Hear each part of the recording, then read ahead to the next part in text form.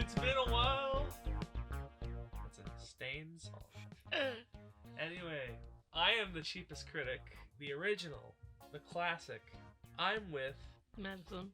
You gotta speak up louder. Madison. She's not used to. I'm not used to this either. No, I'm probably fine because it was loud as hell the last time.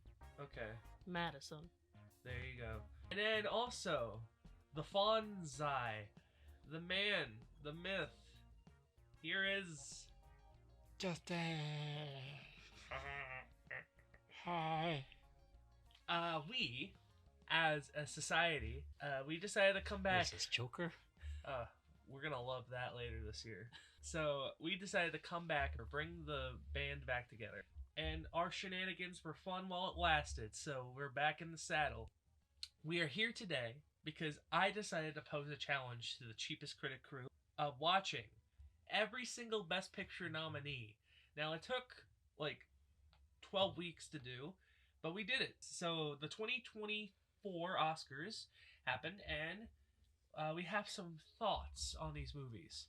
So how I ranked them, we ranked each set of movies individually, and then I combined them into an average. The higher the average, the lower the placement, because if you have them all at 10, it's going to average a 10. If you all have a 1, it's going to average a 1. So the higher the average, the lower the placement. So, are you guys ready for the list? Oh boy. Okay. Not these first couple. Well, actually, Probably. I have to say, did you guys enjoy this experience of watching all these movies? The majority of them. Would you do this again? Yes. I'm actually very excited for next year to do this. If we do this, we should. It's a good experience. Yeah. What kind of impression was that? I don't know. Fucking drunk guy. Okay. Okay, bro. The drunk guy from The Simpsons. The Sam's hands. Thank you for that. What the hell was that? That was beautiful. Movie on the big screen. Can we just screw this tier list? Can we do Simpsons? Simpsons I have seasons? only watched, I'm going to be honest with you, select episodes and the first half of season 1. I don't want to watch The Simpsons. I've seen the Simpsons movie, though. That's a banger. That's a Oh, good yeah, I've movie. seen The Simpsons I just movie. don't want to watch The Simpsons show. Watch me recommend it, bitch. I swear to God. I'll bring back the TV segment just to recommend the Simpsons. I will Yeah, the rate first that 5 as episodes. a -2. We should do the first 5 episodes of the highest ranking season. If we do that. Well, I don't know. So, to the tier list. At the bottom, with an average score of 10 out of 10, we have a movie made by our dear Lord and Savior, Bradley Cooper, who spent 6 years learning how to conduct for the excellent scene of him sweating his ass off in a prosthetic. As he basically is saying, vote for me for an Oscar already, please. I made A Star Is Born and I didn't win anything. Are you kidding me? Rami Malek won? Unbelievable. Give me an Oscar. He would have had better chances getting an Oscar for his role in The Hangover. Only the first Hangover, though. Well, what's ridiculous about this movie? I'm sorry to spoil it. Despite it being on the bottom, I don't like it. Yeah, this is a spoiler warning for all of Yes, the actually, that is very movies. good. Spoiler alert for every single movie on this list, because we might just blurt out random key moments. I did not enjoy Maestro. It's actually the only movie here where I don't really enjoy it. I wouldn't recommend it to anyone. It's just a soulless experience. I don't give a shit about this character and anything that's going on with him, because the movie just sets it up in the most boring, safe, predictable format. The writing is so slow, so dull, doesn't show anything interesting about his life. Because the whole story is about him cheating on his wife. I don't even remember anything about any of his love interests. It's just about him and his wife, her hating him for the entirety of the movie. And it's just so soul draining. I will say, I did not enjoy the cinematography of this movie. It's been a while since we watched this one, but the black and white shots, I remember them being like, there's not a whole lot of like contrast to them, so you don't even really know what you're looking at. And then there was the garden scene when he's talking to his wife, I believe. She's at a lounge chair by the pool, and then there's a fence in front of them, like some greenery in front. Like, so, like, you can't even. You're hearing the conversation, but you're not even seeing them, and there's no reason why that should be a thing. They're hiding themselves. They're hiding their true self. It's actually very deep. It's a very deep movie. If there was like, I mean, this is kind of cheesy, and I don't think I would have enjoyed seeing this either. The whole movie is cheesy, bro. But like, if you want the cinematography to show how they're separated, like, put something physically between them. It was just them talking right next to each other, and the camera was for some reason behind all this other bullshit. Because it looks nice. It has to get nominated for I best didn't cinematography. think it looked nice. Like, I've seen like, we watched Fantastic Mr. Fox. That cinematography was fucking amazing. Well, they'll never nominate an animated film for cinematography, even though it's actually pictures. God. There's so much to say, but so... Bradley Cooper, you absolute buffoon. Buffoon. How do you make a biopic that's supposed to be about a specific person, and then you give us zero fucking information about the person other than they cheat on their wife? That's what I was gonna say earlier. I was gonna be like, the main character seems to be more so his wife, because like it's her thoughts and feelings about what he's doing. Billing in the movie. She's the first like cast member, but like again, what do you really know about her character besides that she fell head over heels with this like up and coming musician? She causes him to go for his dreams, which we see off screen, and then she sees him cheating on her with a guy, and then he says, "Darling, I'm so sorry." Darling, I'm so sorry. Darling, I'm so sorry. Which has become the best meme, I think, out of all these movies. Darling. No one. I'm so sorry. I'm so sorry. Would you recommend Maestro? No. Nope. Never. I want to forget I watched it. I've already forgotten most of it, thankfully. I mean, there wasn't much to remember. Nothing really happened. The only thing I will say is that Carey Mulligan did a good job. And the makeup on her was actually pretty impressive when she was dying near the end of the movie. But I will say it had the most drawn out shot, I think, in the history of film. When he's holding her in bed. Yes! It made me actually uncomfortable. Well, for some reason, that was like a theme with some of these movies. Especially, oh god, what was the Nazi movie? Zone of Interest. Yes, Zone of Interest. I feel like that had a clear intent from beginning to end. Like I don't know. I feel like you could have done without it, but I don't. But ultimately, Maestro I wasn't expecting much, so it didn't disappoint me. And it's not my least favorite movie of last year because I see artistic value from it. I hate Meg 2 worse. I hate Wish worse. I Flash. forgot about Meg 2. Oh my god. I hate Five Nights at Freddy's worse. There's like tons of movies that I feel like have less artistic value. But I think Maestro is a 5 out of 10. That's generous. Yeah. 5? That's generous. It's no more than a 3 for me. 2. Get a 2. A 2. I see value out of like the cinematography and some of the performances, and a 5 is like an average movie. I'll give it a 4. Congratulations, you drove me down. So in 9th place is American Fiction.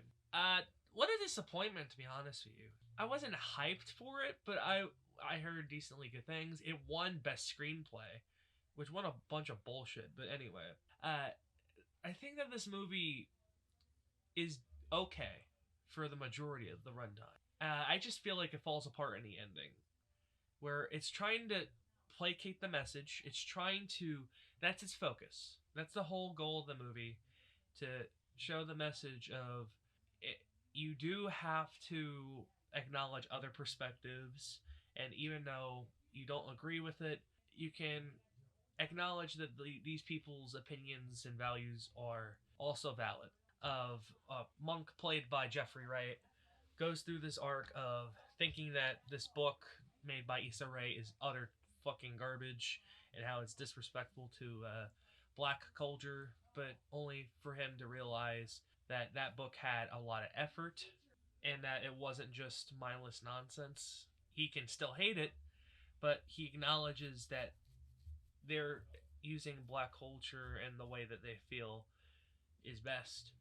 But at the same time, also, you know, how Hollywood works, media works, white people.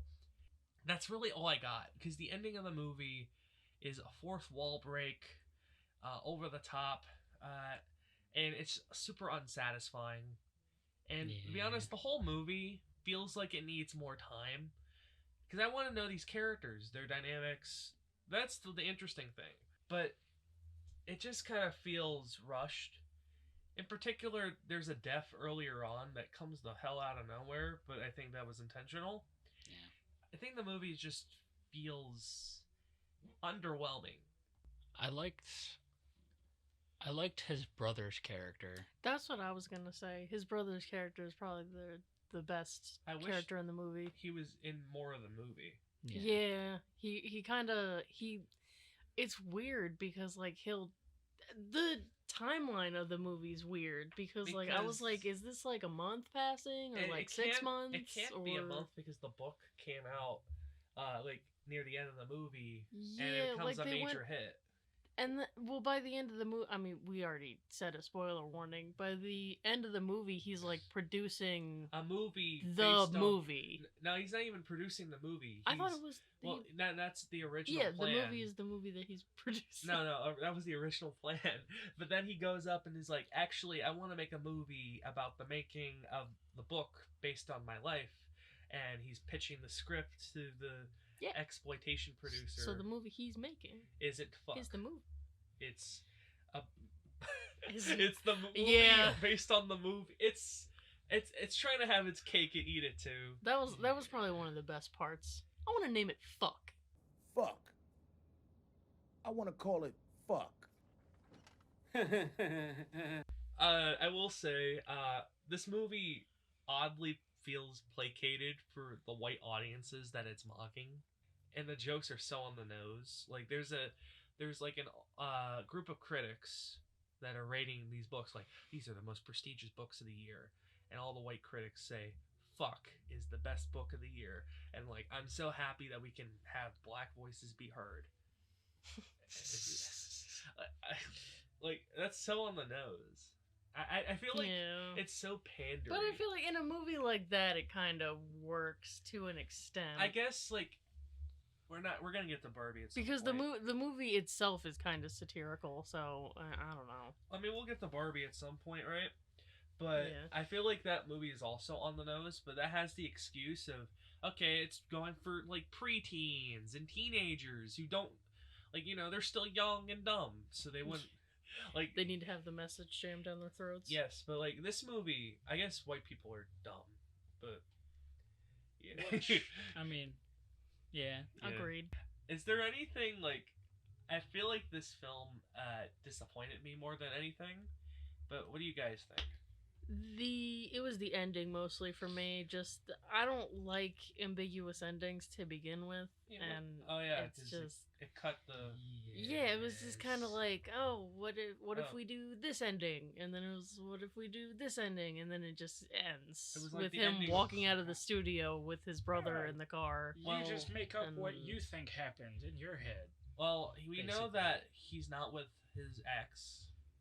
That happened, and he didn't reveal that he is the author. But I feel like if you're gonna go for an ambiguous ending, you need to have like I was thinking of ambiguous endings like The Giver. I know the movie wasn't that good, but the book at least also has an ambiguous ending, and it's kind of like you can come up with your own theories as to what happens. This movie doesn't really set up for you to really think anything further after you're done watching the movie. As far as scenes go, I did like when he was writing, when he was writing it, he was still titling the book My Pathology.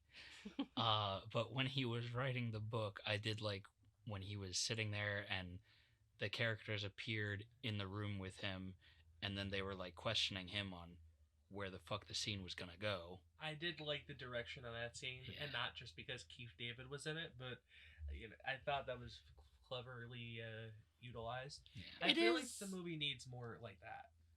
It is sad because this movie's placed right next to Maestro, but there are far more scenes in this movie that I can point out as being enjoyable than there are in Maestro. It just so happens to be that way. I don't think it really deserved writing, but I'm happy that Cord Jefferson got it because he's a new talent, and his speech at the Oscars was great. Please, instead of making a $200 million movie, make $10-20 million movies. That's a great message. So, I mean, it is. I mean, you can still get away with a lot on $20 million. In theory, yeah. Imagine that's a lot of fucking money. Imagine us making a movie with $20 million and then it all just gets zapped away. As long as you're not trying to go with a fucking star-studded cast, which is where a shitload of people's budgets end up going. Yeah. Like Marvel movies. Yeah. First thing, like their budgets are absolutely insane, which they need to be. They need to good movies. They need to slow it down with those budgets.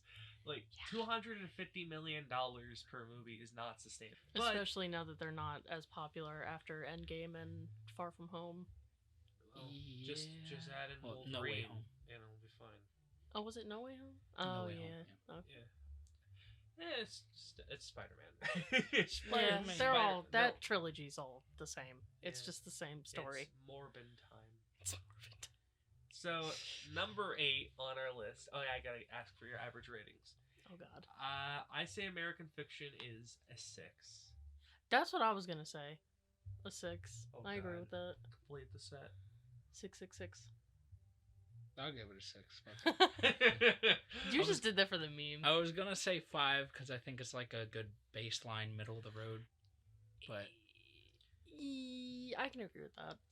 When we were doing our lists, at least me, every time I made a list, I'd put Maestro all the way at the bottom, and then there'd be like at least 6 spaces of empty space before all the rest of the movies. Time for the good shit though. Number 8. God, here we go. We got Past Lives.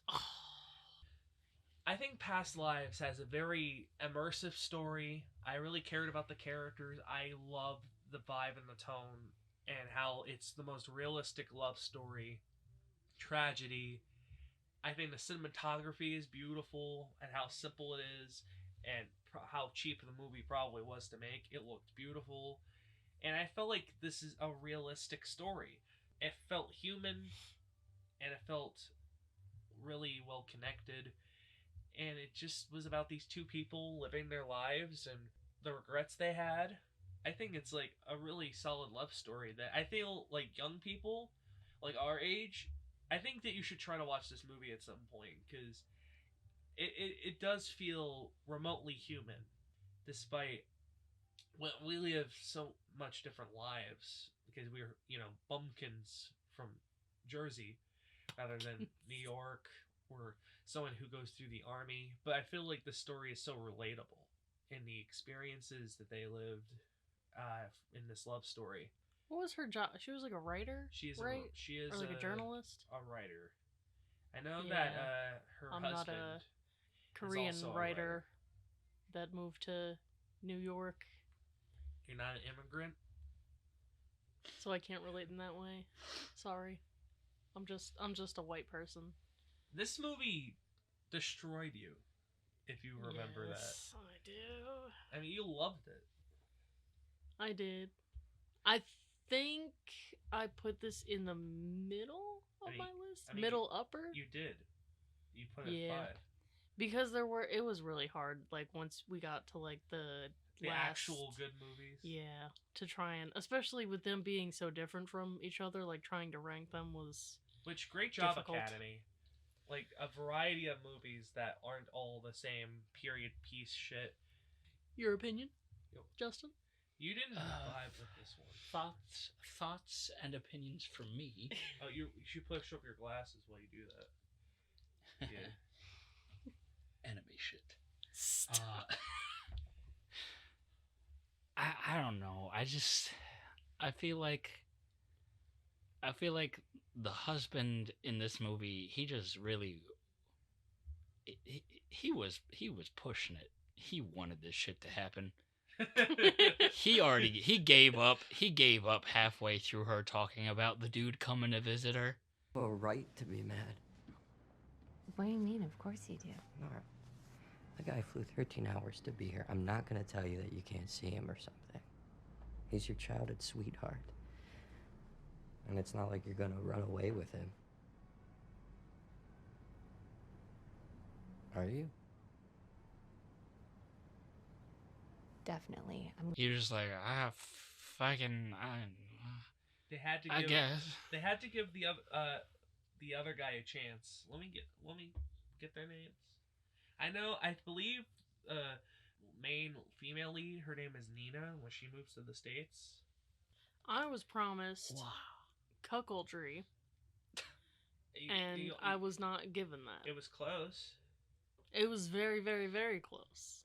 It almost happened. Oh, but her name is Nora. Sadly, that is not how life works. And then the male lead is Hai Sun. See, even the movie is cucking the husband because the visiting male is the lead. What? What? The The movie is about the two of them drifting apart. Anyway, I think the performances are really good. Okay? I think very The strong. visiting I male. think the script is very realistic.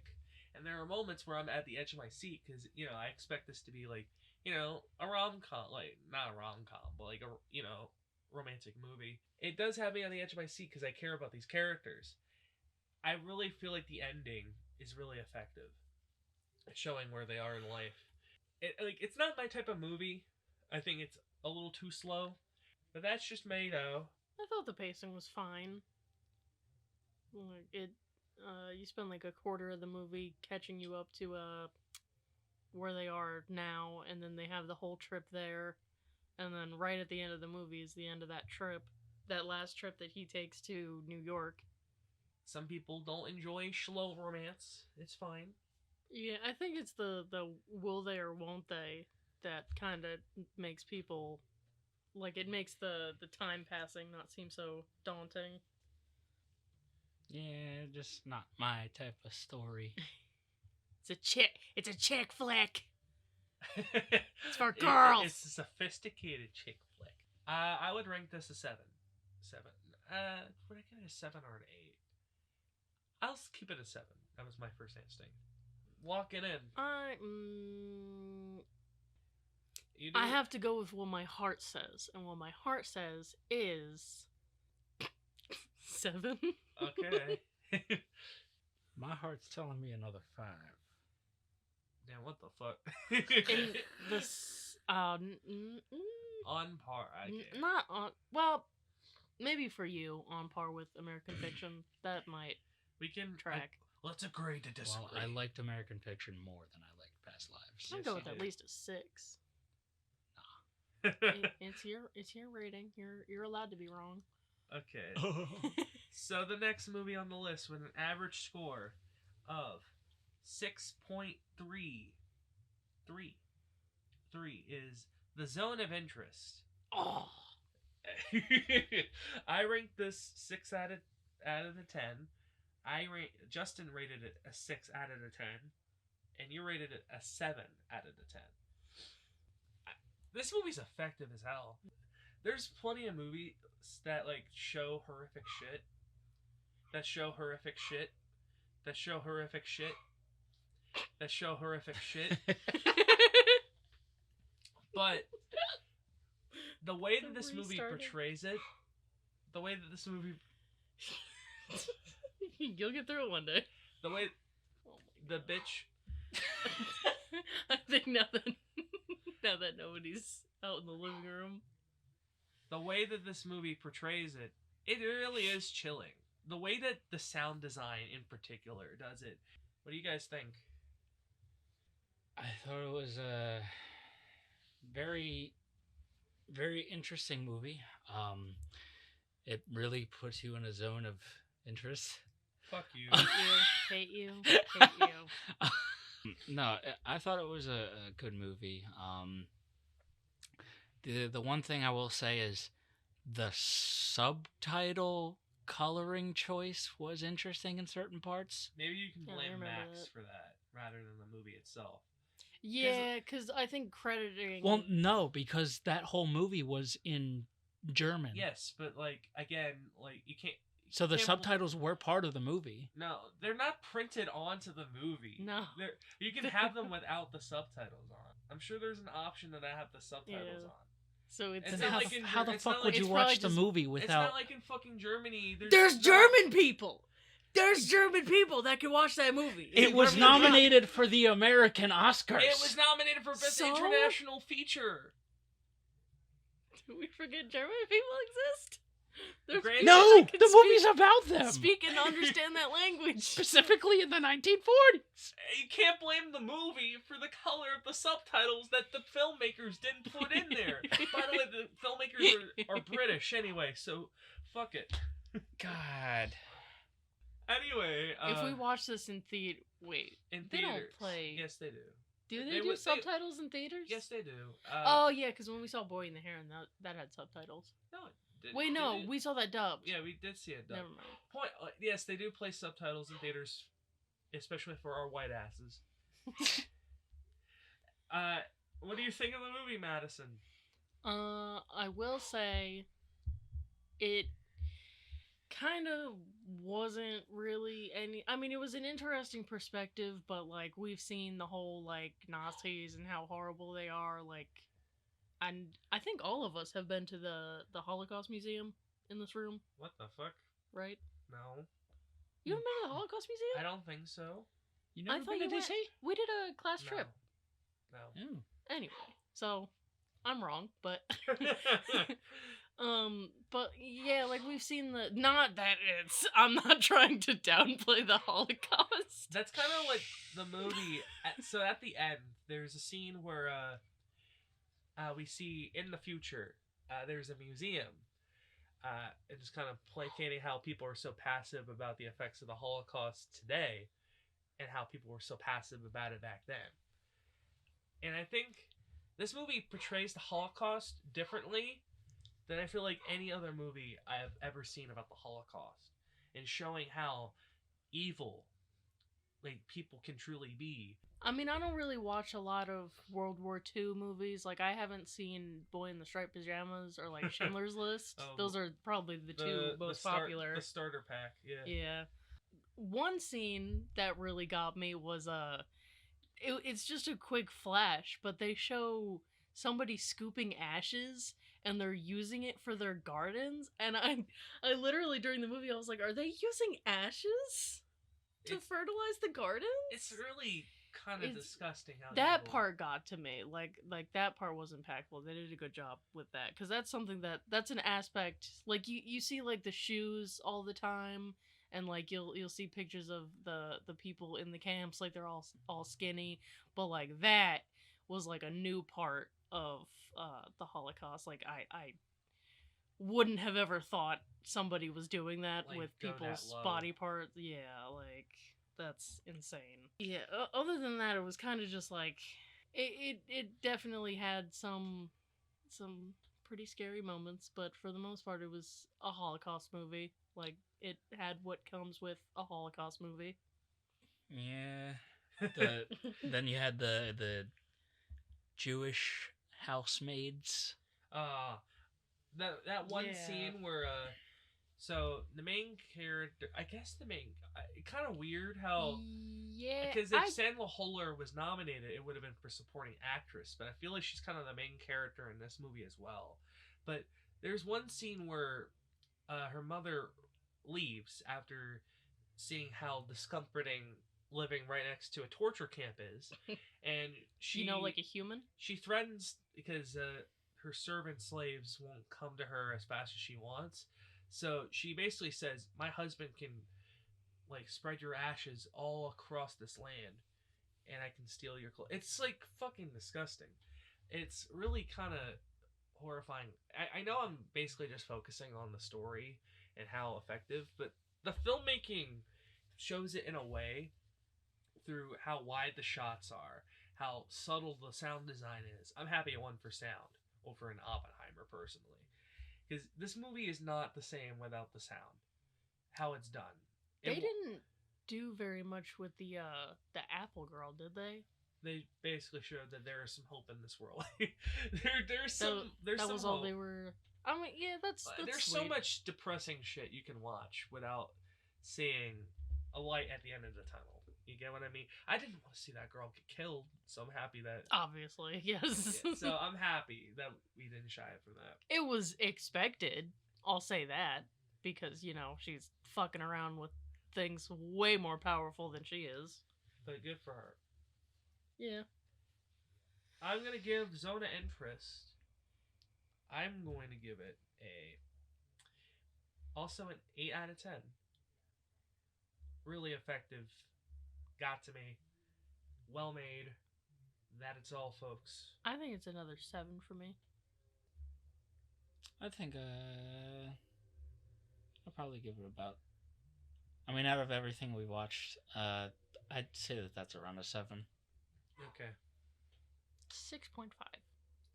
Next, we got Killers of the Flower Moon. I feel like this movie, I saw it in theaters, really invested the entire time. The story is insane, depressing, but it's told in a very entertaining way.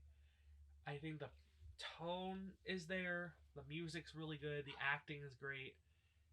The second time I was watching it, it dragged a little bit because it's very repetitive to me.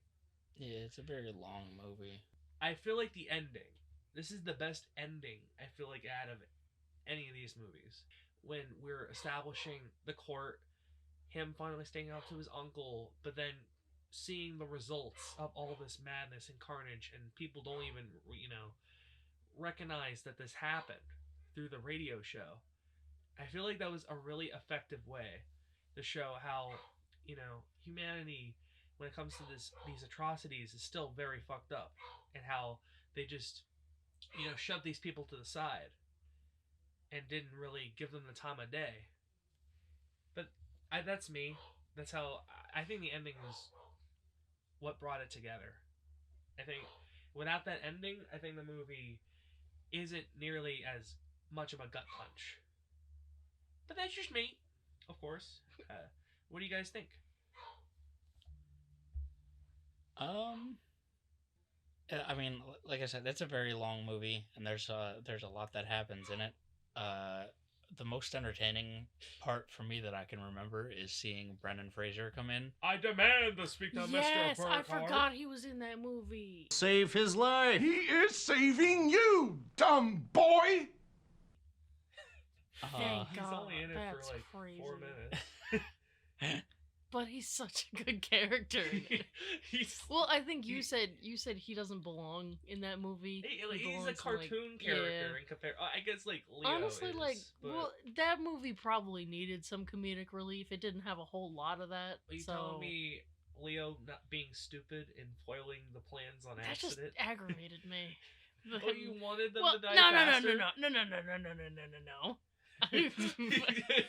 Toad King Hale deserved to succeed. Him being an idiot was his haircut. Oh my God. I think that's just Leo, bro. I mean, you think as soon as his wife turned 25, he would have gotten rid of her? my... We're gonna get canceled. By who? Leonardo DiCaprio? That's a pretty common joke. Even fucking Jimmy Kimmel makes it every year. Fuck you, Jimmy Kimmel. Stop hosting the Oscars. Anyway, enough of Crimble. We gotta... Killers, I think, is very strong. I don't think it's my favorite Scorsese movie. Even long Scorsese movie. I think Irishman is a tad better. But I'm going to give it I'm thinking a 7 out of 10. I'm gonna be a little controversial here. I'm gonna put it as a 5. Damn. Yeah, it wasn't too high on my list, I don't think. You don't even need to think about how it relates. You're just expressing your opinions now.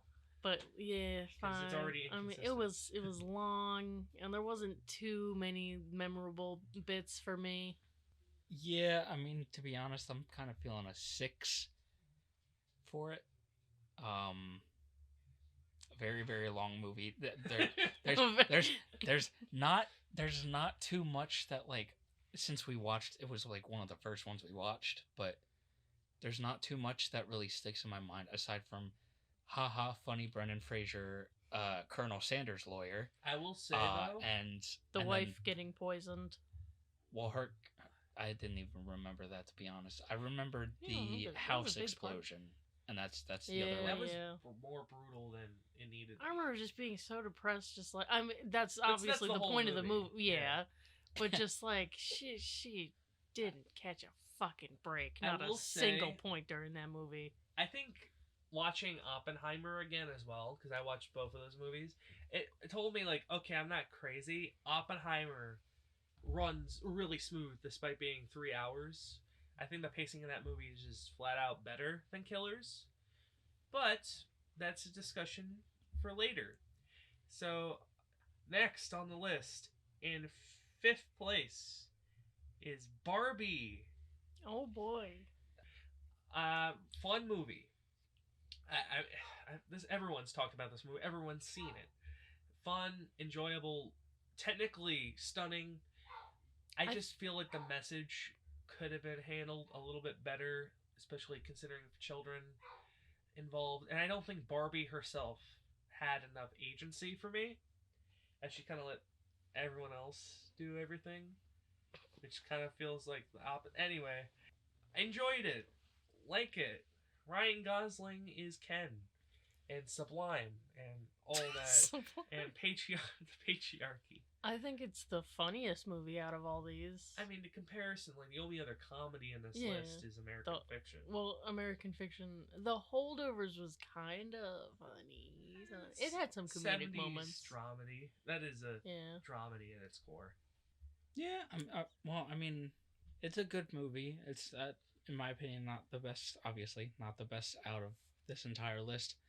But there were parts that were funny. I think overall it was a very, very good As movie. you remember, in the beginning, when it was in theaters, when me and Max went to see it, you were like, yeah, I can pass on that movie. Too girly for me. And then Well, we ended up yeah, I watching mean, I it passed at my on it. sister's house. And then I'm not saying that. he likes Alan now. I'm not saying, like, oh my god, this is the greatest movie of all time. No, this is not my but favorite movie. I'm saying It's a good movie. There are some people I'm saying you were wrong. that say that, by the way. You should have seen it in theaters. There was no need for me to see it in theaters. I didn't want to see it With in a bunch of theaters. sweaty...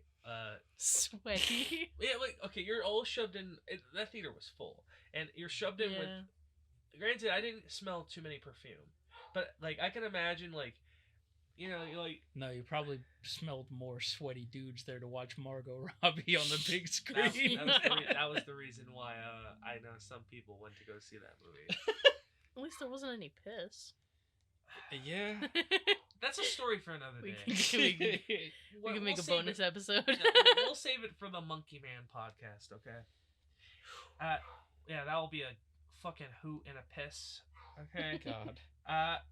Barbie. I feel like there's not much to say about Barbie because everyone has already said. Yeah, everyone's seen it. I'm Everyone just knows what Ken it's about. Sherwan. Oh, I would have loved that. I would have been screaming. She fucking hates that feel Billie like Eilish song. I don't care for it. I feel like I tolerated it in the beginning, but as it like kept going, oh my god, it just got more. And I'm not like a huge fan of Billie Eilish, but like I like some of her stuff, and it's. Now you loved her when in 2019 peak Billie Eilish. You listened to her a lot. I wouldn't say a lot. The group that we were with listened to her a lot, so I listened in. Okay, I could have mixed you in unison with them, but yeah. 'Cause I'm a bad guy. Duh. I like that song. Everyone liked that song. I still like it. Okay. It's a goofy little song. Yeah, 7 I mean, out of that's- 10. Alan was my favorite character. That's about all you can say about it. I'm Alan. I'm Ken's buddy. Yeah, all his clothes fit me. Patriarchy was a lot more interesting when I thought it was just about horses. I will also give it a lucky number 7.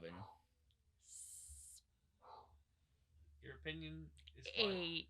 I think it has to be an 8. Okay. In 4th place, Oppenheimer. Oh boy, we're here. Oh no. I rated it number 1, baby.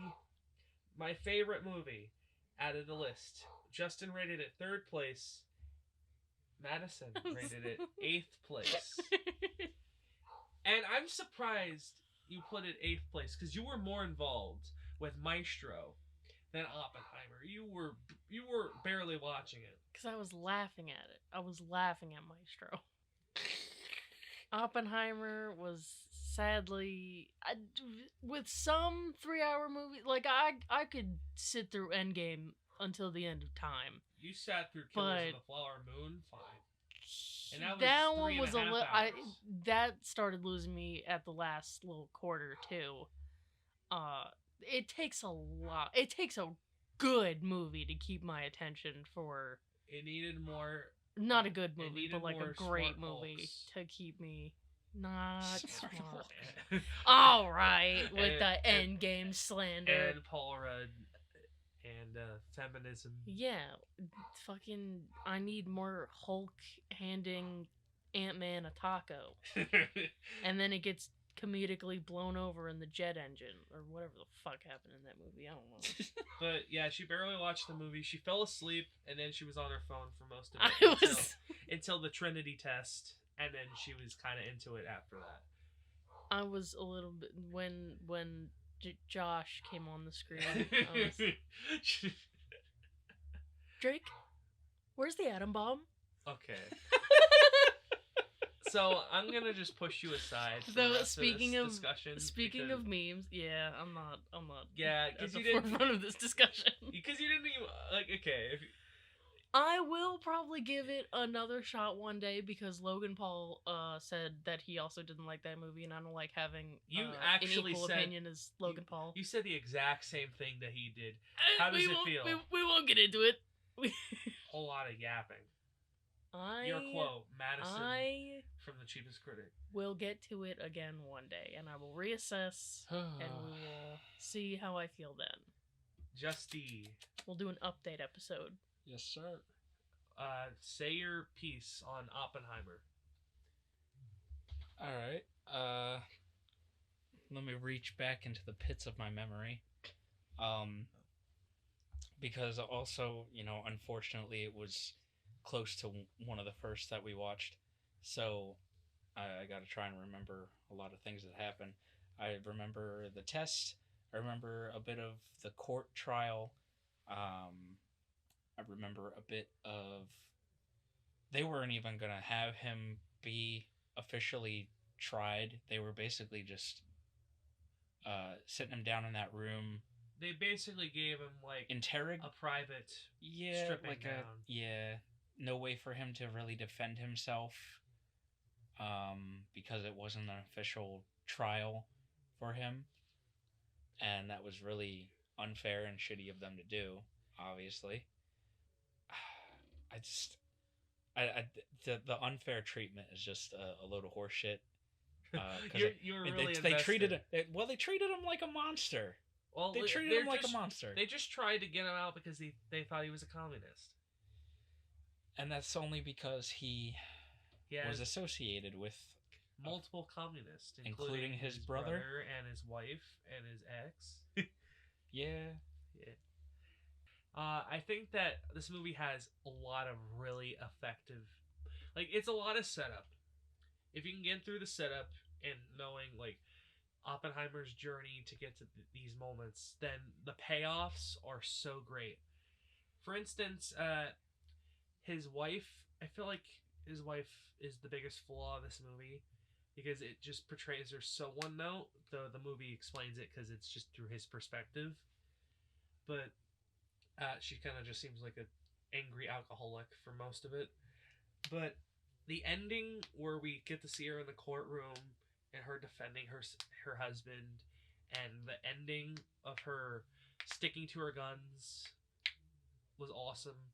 I think that last scene with Einstein, and we see the impact of the atomic bomb and how they did truly destroy the world, just in a different way than they intended, was super strong. I think the payoff of Strauss and seeing how petty he was to get this all rolling in the first place as a reveal, really effective. This movie has a lot of great payoffs. The Trinity test was so effective, intense it was.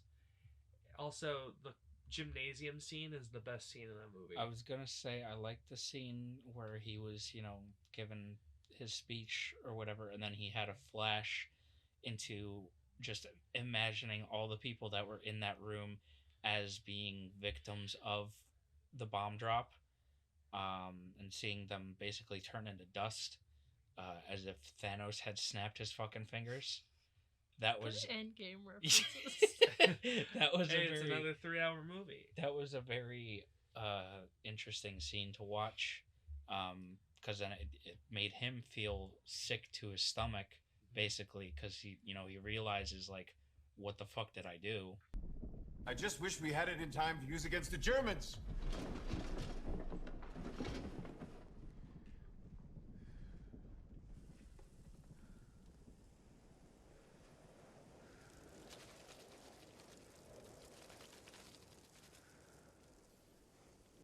It's really effective. Yeah. And I think, like, that last hour and a half, I feel like is the strongest hour and a half I've seen in a long time. Him talking to Truman, and, like, that scene is just, like, fucking awful. Them deciding where the bomb, because the person deciding went on vacation in the city, so they can't bomb that city because it's beautiful. Going on vacation in a city in a country that your country is actively in a war against is insane to me. Well, it was probably before the war. But Cillian Murphy kills it. The direction is, like, honestly kind of flawless. I think it's just a strong movie, according to some people. Okay? Sorry. I have to put that as a slight jab. I loved it. It is not, I don't think it's my favorite movie of the year, but it's my favorite movie out of this list. I'm giving it come baby 9 out of 10. I'd give it a solid 8. I don't want to rate it at this moment in time. Okay, do it, coward. I will reassess it. You could do one day. You can do what Your Movie Sucks does, and, well, out of the parts that I saw, it was a 4 out of 10. Out of the parts that I saw, and you rate it on IMDb like it's another movie. liked Josh Peck. Josh Peck is you 6 seem out of 10. To fascinate on certain actors, and it just creates a bias. Like, your fascination with Josh Hutcherson needs to be studied. Yes. You like a lot of Josh. Actually, maybe that's the secret. She gives this movie a Josh Peck out of 10. It's crazy that he was the one to detonate the fucking bomb during the Trinity test. Like, Christopher Nolan was cooking. In third place, The Holdovers. Oh, yes. Cozy movie. Enjoyable vibes. Love Paul Giamatti. Love all these 3 characters that we follow. I think that it's a fine enough script, but it's really classic production design, cinematography, editing. It's a whole lot of parts working together for just a nice, enjoyable movie. Satisfying character arcs. Not much more to say. I think that this movie is just a lot of fun and rewatchable. This movie, there's a good balance of depressing and happy moments, I feel. It's not all like Past Lives was so like, oh my god. Past Lives, you're either like, this is going to infuriate me, or this is going to be the saddest thing in the fucking world. And it turned out that it was the saddest thing in the fucking world. I would have liked to be angry better.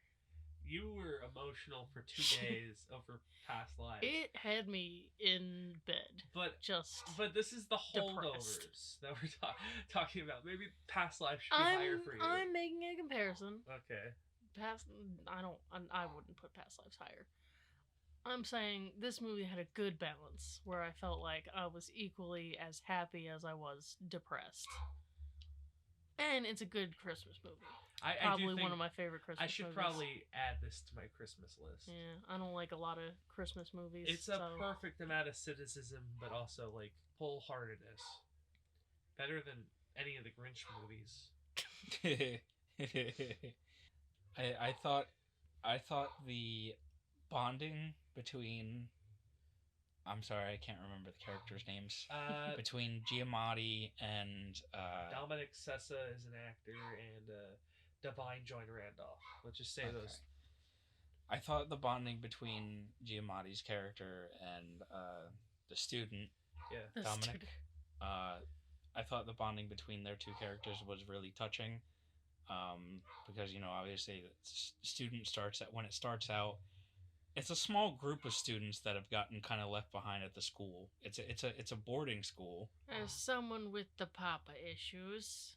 Yeah. Well, I mean, his dad is in a psych ward. Spoiler alert. Oh yeah. I forgot about that. So he says that his father's dead, but oh yeah. But it starts out as a small group of boys that have gotten left behind. At the boarding school for the Christmas break. And then he gets left behind by the boys that were left behind. Because he couldn't get permission to go on the skiing trip. They couldn't get into contact with his mom because she fucking was on a cruise, I think. Vacation of some sort. Some sort of I don't know about everybody else, but I thought that movie was going to be around the boys, not just that one boy. I do like how it was just... I mean, yeah, the more focused was. It gave us it gave it a deeper meaning. I like that camaraderie those 3 unlikely people had at the end, especially when they tried to give him, what was it, a cherry temple, whatever that dessert is, and then they try to make Shirley it outside. Temple? No, it was not a Shirley. Oh yeah, the flame thing. And then they try to do it outside, but they end up burning the box. Oh yeah. It's still sweet. Still a special memory for him, probably. Yeah. I don't know. He's a character in a movie, so he probably doesn't. The one thing I don't like about this movie, it's product placement. It is what beer were they talking about? Product placement. The beer. It's they kept talking about this one beer. It's the Chevrolet beers or whatever the fuck. What is the beer? The holdovers beer. I remember that. I thought that was pretty subtle. I didn't even realize that one. Well, maybe not. Not you pointed it out. Beers, Miller High. This is the champagne of beers. There's multiple. I didn't even clips. notice that was a product placement. Miller Lite, the champagne of beers. Where do you stand on Miller High Life, Miss Crane? Well, like they say, it's the champagne of beers. And she's a professional. Okay. Yeah, I love a Miller. Champagne of beers. I think that's a bit of a stretch. I don't think there is a champagne of beers. All beer tastes like vomit to me, personally. But anywho, I am also in that bandwagon. Champagne of beers. bonding, and niceness, and also the woman who was the chef for the school got to see some of her story, and her son who tragically passed during the war, and how she was just kind of rolling through life trying to deal with the aftermath of that, and she's also kind of got nowhere to be during the holiday season. Eventually she goes to be with her sister, who is having a child. And it helps her move on. Yeah. And I think that's really sweet. It's just a wholesome movie. It's not doing anything too crazy, but I feel like everything that it tries to do, simple but effective. You care for all these characters. The performances are fantastic. Sure, the director's a creepy guy, but let's not worry about that. Who's the director? Alexander Payne. I don't think I've heard of him. Probably. That might be a good thing. Yeah. I think very good movie, very great movie. I think it's going to be an 8. We watched it when it was still cold out. I think that was a good helped time. with the vibes. Yeah, the vibes were immaculate. I will give it a 7 out of 10. I'll give it an 8. I'm slowly climbing up with the. I mean that I expected that. Okay, in second place with an average placement of 2. Anatomy of a Fall. Because we all rated it 2. Is Poor Things. Really? So here's the thing: Anatomy of a Fall and Poor Things were tied. We're tied, right? But you guys both placed Anatomy of a Fall at 1, so that's how I broke the tie. Like, it makes sense for that to be number 1. I can give some leeway. I'm not a dictator over here. I recommended that movie to somebody, but that's the only movie that I recommended out of this entire list. But first, let's talk about Poor Things. Yes. What a wrecking ball of a movie. This movie, honestly, no, this movie's more funny than Barbie. I'm sorry. This movie's fucking hysterical. Yeah, I can say that. Out of the box, insane. The whole story of this, hold your asses to your seats. They put a baby's brain inside of an adult body. So this baby is trying to grasp all these different things, thoughts, emotions, sensations at an accelerated rate as the mind tries to catch up to the body. Like, just this whole idea of absurdism and just insanity that goes on. She gets kidnapped, quote unquote, kidnapped by Mark Ruffalo's character. She's essentially, and I mean she's trying. I hate to say this, groomed, but she is essentially statutorily raped. Mentally statutory. It's a weird concept, but you understand the point. The sex scenes are not. Well, the thing is that horrifying. They are horrifying. The movie, I don't think it's trying to say these messages without actually, doing a what was it? Fucking cuties. Oh yeah. Definitely like, a better approach than because with this sort of story, right? Actually, like portraying like these tough topics with real children is so fucking creepy and icky. Yeah, like you can't. Well, obviously this is different, but the way that captures the same idea of like innocence and how older people can take advantage. It's done in a way where it's a little icky to think about, but you're supposed to feel icky because like if you're actually thinking like it's portraying this as toxic and unhealthy, and over the course of the story, Bella becomes more independent of her own spirit and free will. It just so happens that a lot of her character arc revolves around her expression of her body. And then you have Mark Ruffalo's character that comes in, and as soon as he sees Bella, he's like, I fell in love. Damn. Oh, he stinks. He actually like. I find it hilarious how he's like, I love your youthful innocence, and then she becomes independent, and he can't handle it. And he just becomes more and more deranged and insane.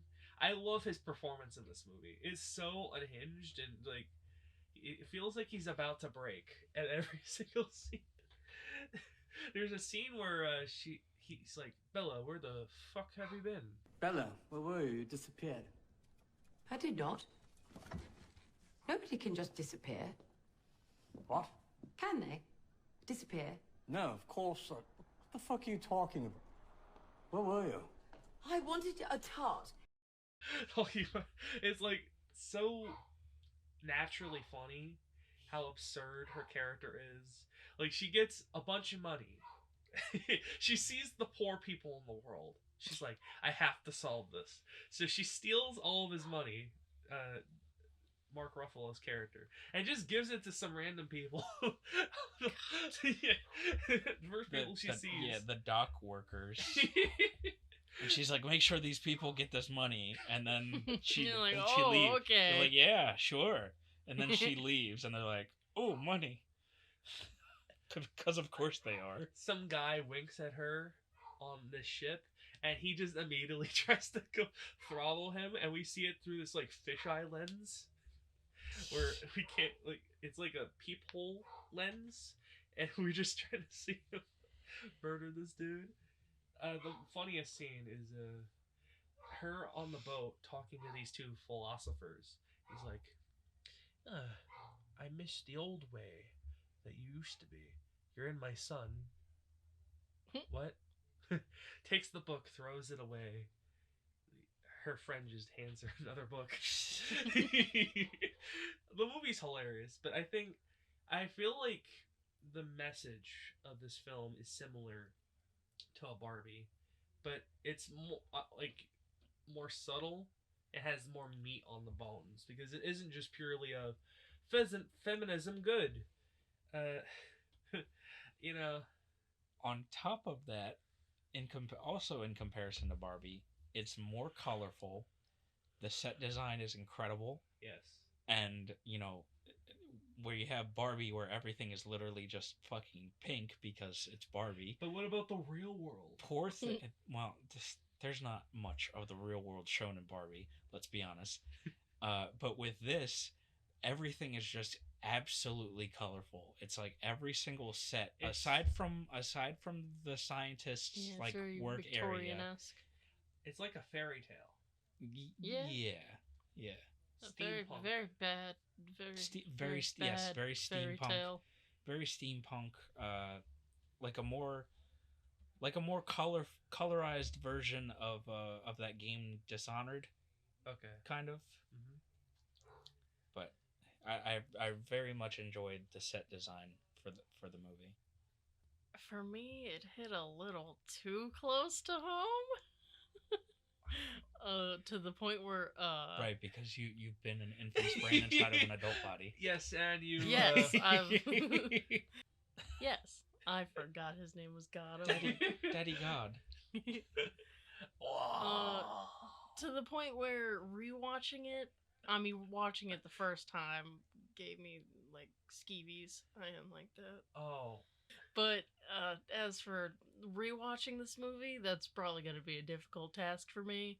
Okay. I did find it entertaining and enjoyable, and I think I did rate. I put it as like the second highest. We all ranked it second highest. I remember struggling between this one and Anatomy, but I had to give it to Anatomy.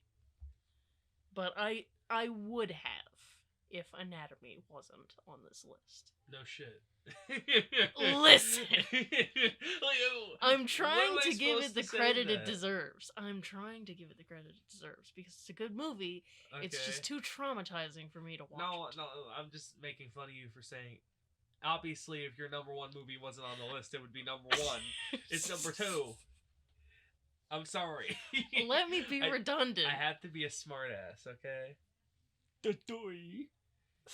Anyway, moving on. I think this is from me being insulted. 9 out of 10. Yeah, 9 out of 10. I think that's the highest I'll go. I don't think any of these movies were a 10 out of 10 for me. I will put this as another 8. And that's just because, our number one movie, I will say, I'm going to tell you that I feel is a 9 out of 10. And I do like Poor Things a lot. I just don't think it matches up. It's like a You think it's a fair step below? Yeah, I mean, it's just Poor Things is like a whimsical fun watch in a certain sense. It's crazy. There's a lot of nudity in Poor Things. If we didn't mention that, I will say, yeah, there. How crude. I know that's the point, but like the sex scenes make it so hard to watch. But other than the sex scenes and stuff, it is a very like whimsical type of film. Switches heads with other animals. I need like a censored version. the duck dog. Number 1, Anatomy of a Fall. I did put this below Holdovers, Poor Things, and Oppenheimer. I will never listen to Pimp by 50 Cent the same ever again. Me, but it's exactly what it's gonna be. The instrumental version. I think this is just a really smart movie. It's just a very well put together court drama. You don't really know exactly where it's gonna go. It starts off as a court drama, and then it really leans into the family drama side of things. Like, it starts out as like, oh, I didn't do this, or she did that, and then it turns into, oh, this relationship the is... family's horrible. Yikes. They are not a very happy family there.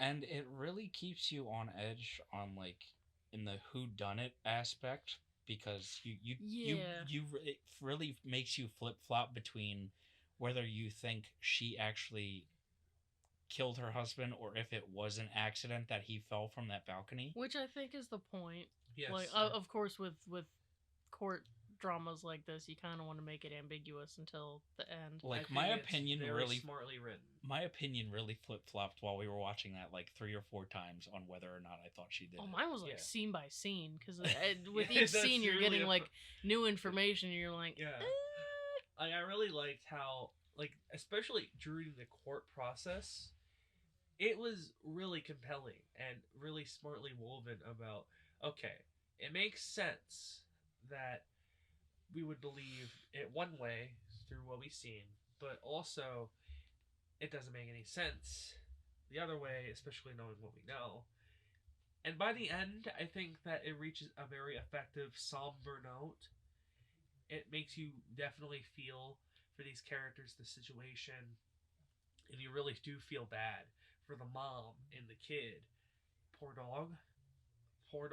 Oh, yeah, I forgot about the dog. Oh, my God. But don't worry, he went to the Oscars. It's fine. The dog's okay. The dog didn't actually overdose. He went to the Oscars Spoilers. with his 2 fake paws. He clapped when Robert Downey Jr. won.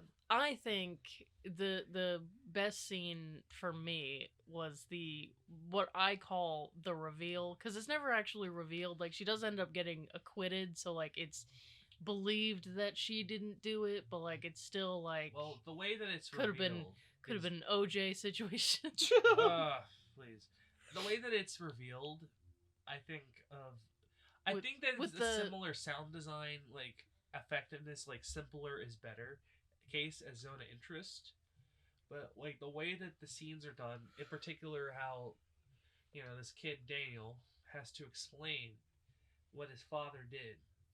What his father said to him.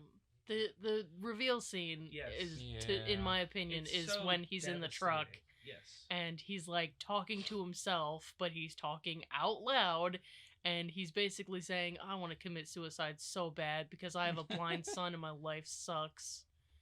And it's like, Jesus Christ. It's a very like complex situation, and it leaves you with this like sort of moral like dilemma, and like how because it's kind of like nobody's really the bad guy or the good guy. It's kind of just like a shitty situation all around. Yeah, I will say that one judge or whatever the hell he was supposed to be that kept like pointing the finger. Prosecutor. Yeah. Oh my God, I hated him. I mean, it's his job. It's a the facet of prosecutor the no, judicial No, the system. attorney was the character in Killers. Brendan Fraser. John Lithgow was the prosecutor in Killers. Oh yeah. It was so I love funny John seeing Lithgow. them. It was so funny seeing those two characters. But no, for Anatomy, the prosecutor, fuck that bald French dude. I hated him so much. Anatomy of a Fall is just so smart in how it's written. I feel like it's well directed through the subtlety. The cinematography is great. The acting is fantastic. I think it's just an overall solid movie. I think how I rated it, though, is with which movies I would watch again. I do think there's some scenes where I think it personally does drag for me a little bit more than like a Holdover or Poor Things or an Oppenheimer. But I think that this movie is fantastic. If you are, borderline about watching foreign films, this is one for you. It's just a great experience. Please watch it. I am also going to give it an 8 out of 10. Yeah. I don't because I feel like it drags a little too much for me to put it at a 9, but really effective. Cared about the story, cared about the characters, and I really loved it. Namaste. Yeah, I tried to make my number one. Of course, I said that I recommended it, but I would also definitely rewatch this at some point. So on both of those accounts, it won, so it had to go in the number one spot. It's a very interesting movie. I didn't want to put something like Barbie in the number one because that would have been way too obvious and probably not deserving. Obvious in the way that like everybody's seen that movie, everybody likes that movie to some degree. Well, there's a whole other side to the Barbie movie that we don't talk about that side. But for the most part, hates men. For the most part, Barbie's a well-loved movie. To be honest, I kind of lost interest in the patriarchy when I found out it wasn't about horses. So Sublime. Anatomy of a Fall. Yeah, like I said, 9 out of 10 for me. I didn't expect a foreign film to be at the top of my list, so that's a surprise. I've never really watched any foreign films before we started doing this. You popped your cherry. Don't say that. Don't say that. Anyway, this is not Poor Things. I'd give it a 9.5 because I don't want to give anything a 10 because I don't think that exists, but I will give it a 9.5 because I think it's deserving of that at least. Fair. Okay, so time for I don't know. Nobody's fucking commented on this podcast before. Our favorite part of the podcast. We're going to see what our movie recommendation for next week is. Woo! So, I don't know if you guys actually have your movies down. I'm hoping you have your movies down. I am recommending, because you said you didn't watch that many foreign films. What was the movie that I recommended? I don't know. Oh, God. I recommend Parasite. I could try that movie again. I didn't really give it a fair shot the first time. You were Oppenheimer-ing it. Oppenheimer. I'm pretty sure I was asleep, actually. You fell asleep during Oppenheimer. I'm pretty sure I fell asleep during both then, because I remember taking a fat nap during Parasite. I woke up at like the end of the movie, and I was like, what the fuck happened? Think about your movie, Madison. Oh, God. So... I'm just gonna look up Tarantino films. Well, we know where you're headed. God damn it. How about the first Kill Bill? Oh, that's interesting. Just the first? I actually read... it's a 2-hour movie, and the second one is also a 2-hour movie. I read an article today saying that Stephen King doesn't like Kill Bill. Well, who cares what Stephen King thinks about? He doesn't like The Shining. It's his movie. Well, it's his It's The his Shining is premises. a masterpiece. He said that he didn't like it because he didn't like that Jack Nicholson was selected for the role. Okay. Because it was too obvious that Jack Torrance was the bad guy. I watch in the his movie. fucking miniseries. It's not even. It's not better. Stephen King is an author. All right, he is not. He is not a filmmaker. See? Read his books. Don't read his books. Read his books. I like his books. Read his books. Well, what the fuck? Do we read his books or do we not read his books? Space Turtles.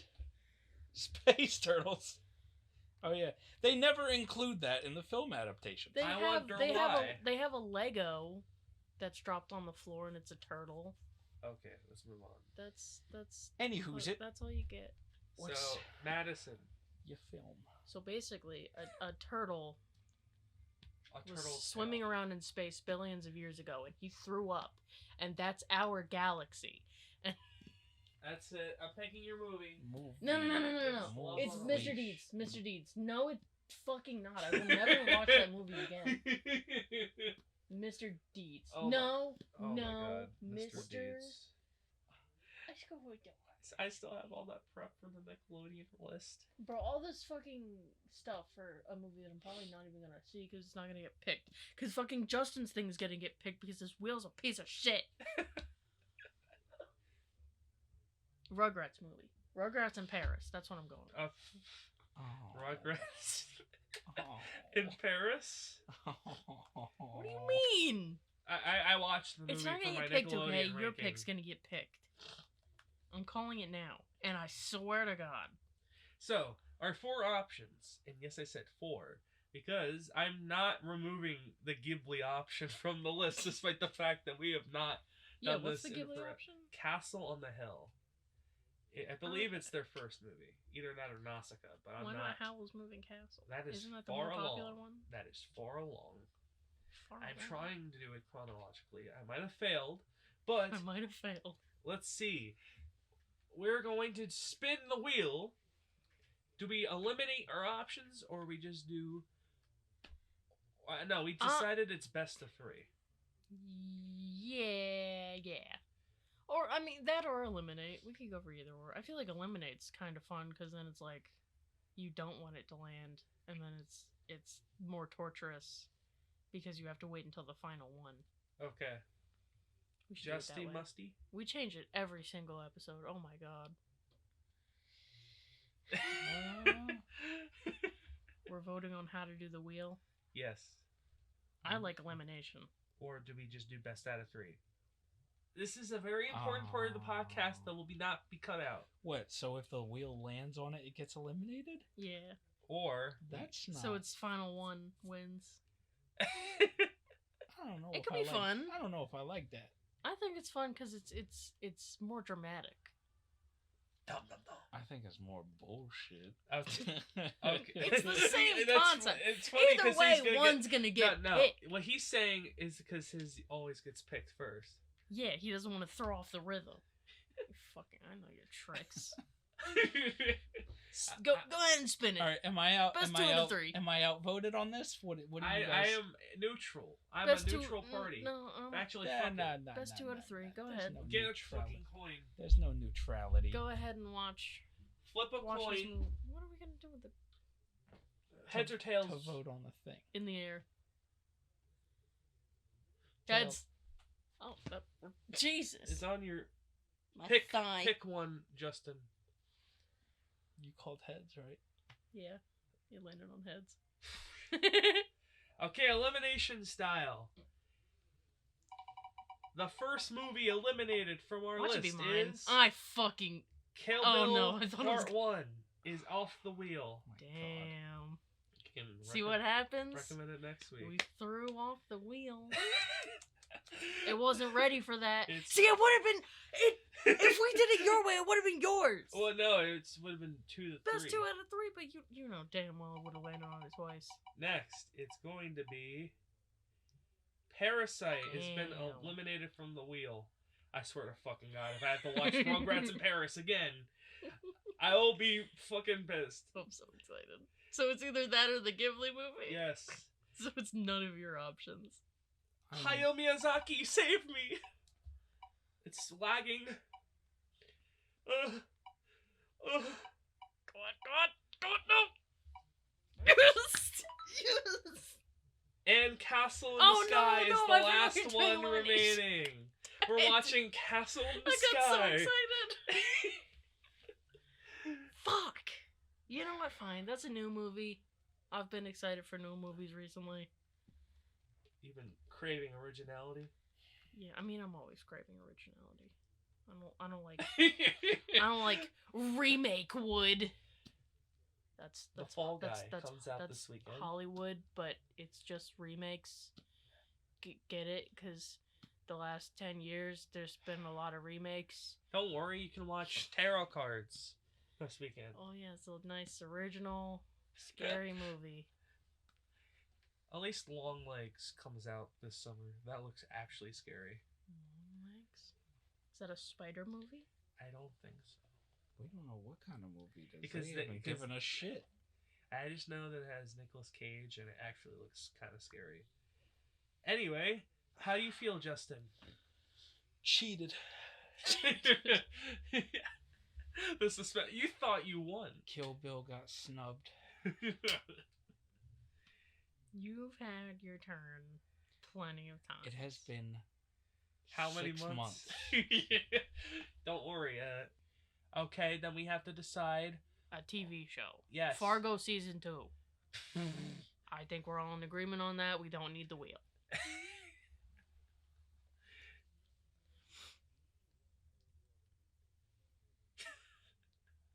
Okay. What about Baby Reindeer? What? Is that new Netflix thing? I saw the trailer for that. That actually looked pretty good. Stephen King said he liked it. Stop following what Stephen King says. Fargo season 2. Are we in agreement on that, or do Baby Reindeer? We don't. Been... Well, let's do 50-50 wheel. Fargo season 2 and Baby Reindeer. Okay. We'll be more prepared next time, because I had this whole thing where I could hey, we're bringing back the classic. No. Your hate for Taylor Swift is too strong. Stay buried. My hate for this Taylor Swift album is too strong. We wouldn't even talk about cut it. that out of the podcast. I don't want them coming for me, please. We wouldn't even talked about that. Please, I promise I'm a Taylor Swift fan. They can come after me. I don't give a fuck. Fuck you, Taylor Swift. Oh wait, how are we doing this? Oh fuck. Well, you gotta spin it again. Yeah. Let us know the outcome, and then I'll tell you how we're doing it. No. You tell me. Are we picking the one that gets landed on? I guess we'll stick with elimination style now, since it's been okay, established. Let's spin it again since I saw that one. What did it land on? Baby Reindeer. No, it landed on Fargo. Oh, did it? I thought it landed on Baby Reindeer. Okay, what is it? Looks like the show that we're watching is Baby Reindeer. Yes! Fuck. But I'm excited. New shit. But how will we be watching it? First episode? I'm gonna end up watching Fargo by myself. It'll be on the wheel. We should. Until we pick it. I mean, we could watch it again if it ever Until gets we picked. pick it. Yes. It's gonna be too long. We could just watch it by ourselves. No. We watched the first season. That's good enough. No, we need content for the podcast. Listen, we have so much We can shit. revisit it. We have so much We shit have on the our list. entirety of Hollywood's catalog at our fingertips. Yes, but you guys... We've watched 12 things for the podcast. Not including the Oscars movies. We have so many things on our list that we have to finish. This is probably all getting picked up on the mic, and I'm sorry. That's fine. It's at the end. This is the end of the podcast where we get messier and looser. Wait, so... We get loosey-goosey. There's 7 episodes. Do you want to just watch the first episode? How long are they? Yeah, we I don't know. No, because I remember last time we were watching 5 episodes, and then we watched the whole season. Am I and it signed got into really Netflix convoluted. on this computer? Let me see. I think just the first episode is enough. Because we gotta watch Castle in the Sky. We do not want to overload ourselves, please. Remember, especially me. Remember that time where you had to watch almost the entirety of Fargo in one day? And 2 Scooby-Doo movies? Yeah. That was a horrible week. We should never do that again. That was way too stressful. Well, which is why I didn't suggest both Kill Bill movies. well, that would have. Nobody's saying that the Scooby-Doo duology was one movie. We should have done just Scooby-Doo 2, because honestly, I don't even remember the first movie. I only have fondness for the second one. That's really funny because I only remember the first movie. Nah, I like the second one better. The second one's where the nostalgia's at. Fucking Seth Green. He's considered hot in that. It's 32 minutes. He is!